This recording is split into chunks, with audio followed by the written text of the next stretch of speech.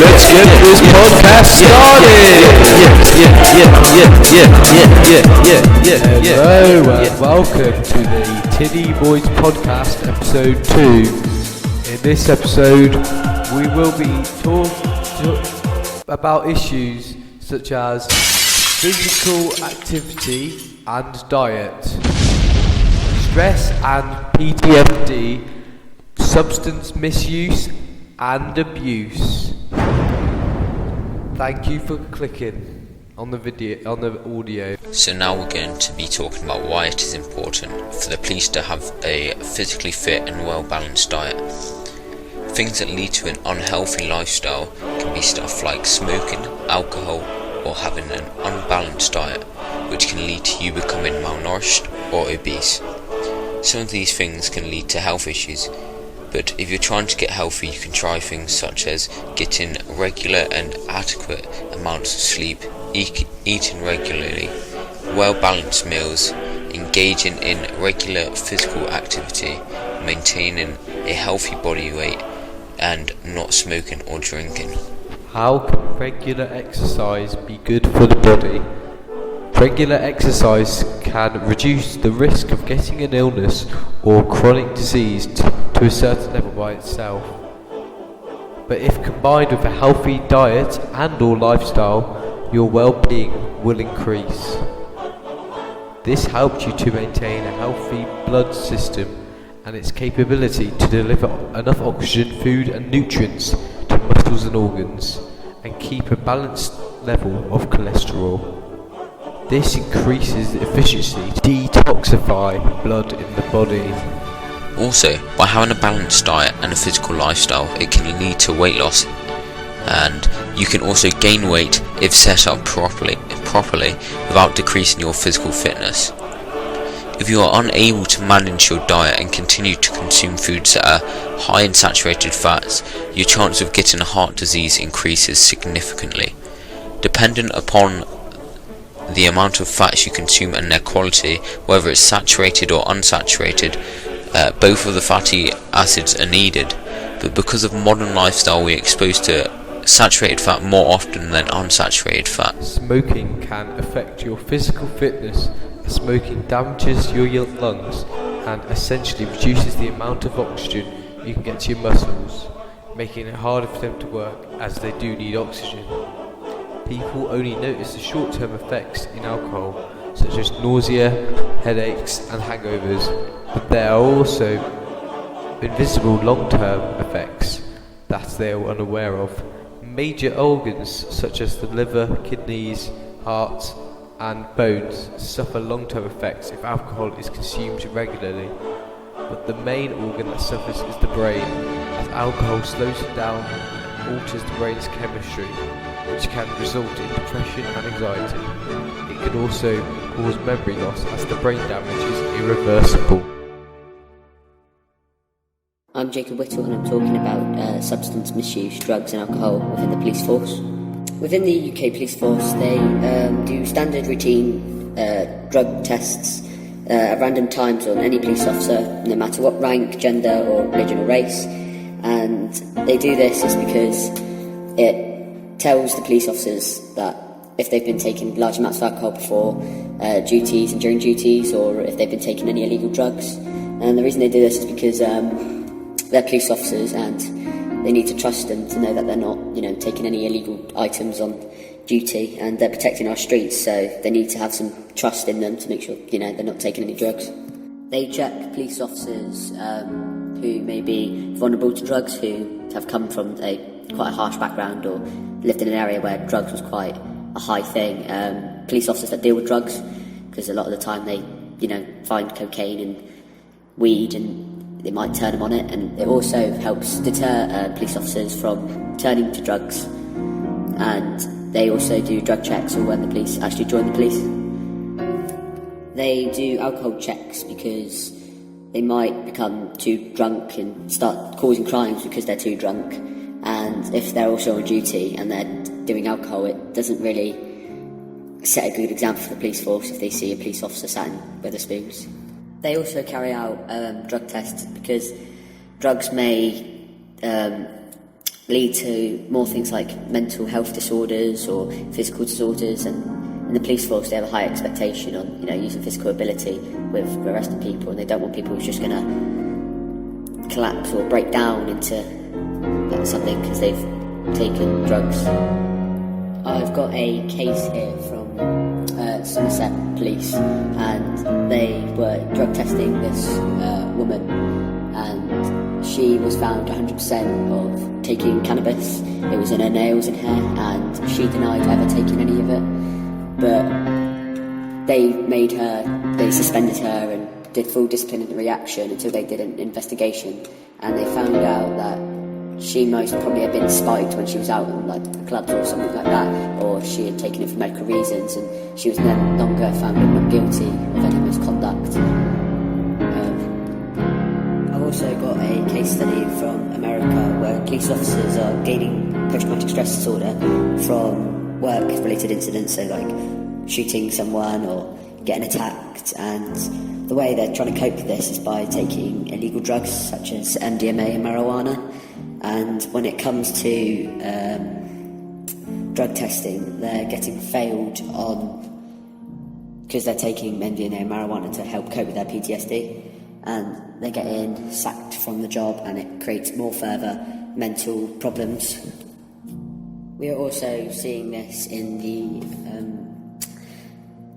army in America. They're doing marijuana to help cope with post-traumatic stress disorder because apparently it helps them get around it, but it also says in this article that it also causes mental strain and lead to further mental problems. I think that drug testing in the police or any public services is good because it stops people from taking drugs and ruining their physical and mental ability. In the public services, you want the best people for the jobs that will come with high risk, and you don't want people who will just break down or won't be able to run as fast due to going to addictions for drugs and alcohol. We shall resume the podcast presently.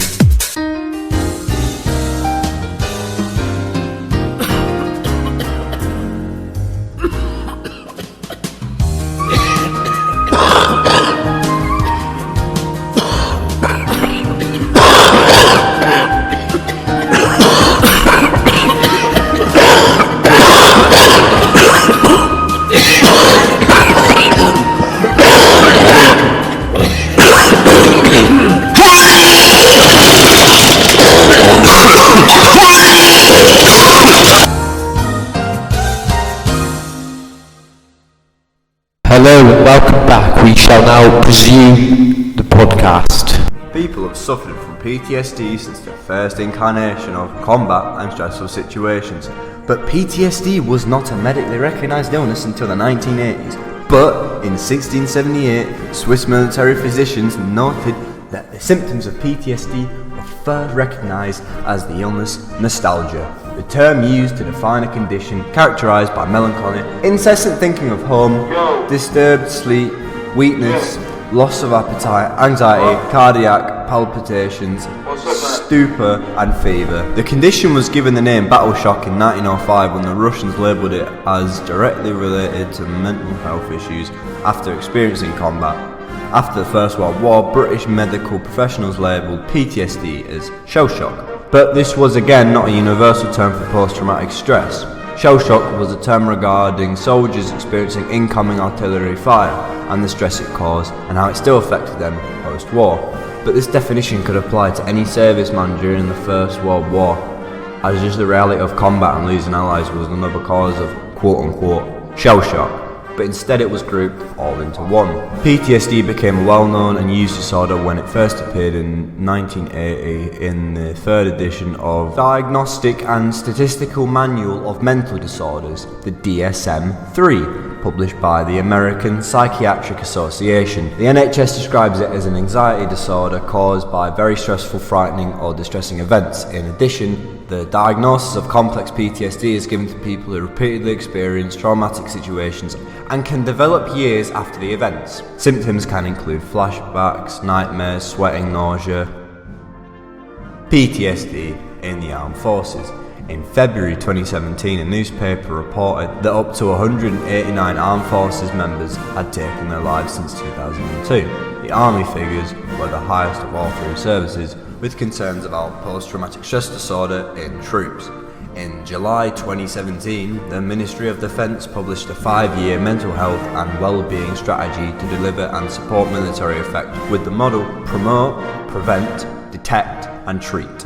In practice, it requires the adoption and maintenance of a healthy lifestyle, resilience training, a thorough recruitment and selection process, and access to safe, effective and innovative mental health care services. The MOD also contracted with King's College London to track Iraq and Afghan veterans to produce research on PTSD. Their 2018 report notes an increase in the rate of probable PTSD among current and ex-serving members of the UK Armed Forces that served in these conflicts. Of those ex-service members in a combat role, 17% reported symptoms suggesting probable PTSD, compared to 6% of those deployed in a support role such as medical, logistics, signals and aircrew. One possible explanation of the increase in PTSD among veterans may be that personnel who are mentally unwell are more likely to leave the armed forces. The study also noted that PTSD remained less common in the military than either alcohol misuse or common mental disorders. Also, in 2018, a newspaper report stated that during that year, at least 23 veterans of PTSD or depression had died in suspected suicides. The MOD does not keep records of veteran suicides, but for serving military personnel. The MOD says that during the past 20 years, the UK Armed Forces has seen a declining trend in male suicide rates and was statistically lower than the UK general population. For PTSD in the police, the BBC posted an article about a police constable who had suffered PTSD from his career. He didn't know it at first, like many, but he didn't realise it until later on in his career, until he displayed symptoms of it. When he got told to go to therapy, that's when they diagnosed him with post-traumatic stress disorder. He is quoted as saying he let traumatic memories build up and pushing them down, or as he put it, in a box in my brain. He said things like he ended up getting attacked, someone trying to gouge his eye out, somebody running at him. Then he would go on to speak about how he would wake up covered in sweat in the middle of the night, thinking he was in that moment. Another article is written by a serving/ex-serving police officer and his experience of dealing with PTSD and what it was like for him. At one point, he referred to himself as being a tough son of a bitch and could deal with the hard times thanks to his family supporting him and using black humour along with his colleagues, but he regrets repressing it and should have got treatment for it.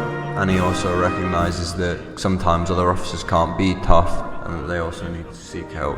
There was another article that presents a study that allegedly 1 in 5 police officers suffer from PTSD after asking 1,700 officers. PTSD in the prison services, there are cases of prison officers going off to the media, telling them about their experiences, maybe about how they suffer from PTSD, and all the things that go on inside jail.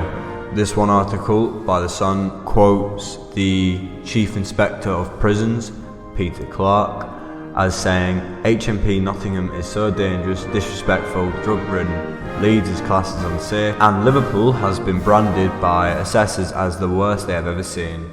Neil Samworth, a prison guard diagnosed with PTSD, stated that the prison he worked at never offered any help, and that he never asked for any, but his mental health was deteriorating and he suffered from nightmares. He said he was anxious and angry at the time. Well, the article talks about and shows about what goes on in prisons will imply that this is affecting other prison officers around the country working in HMPs, and it depends which prison they're in, and depending on which prison they're in, it can be better or worse for some.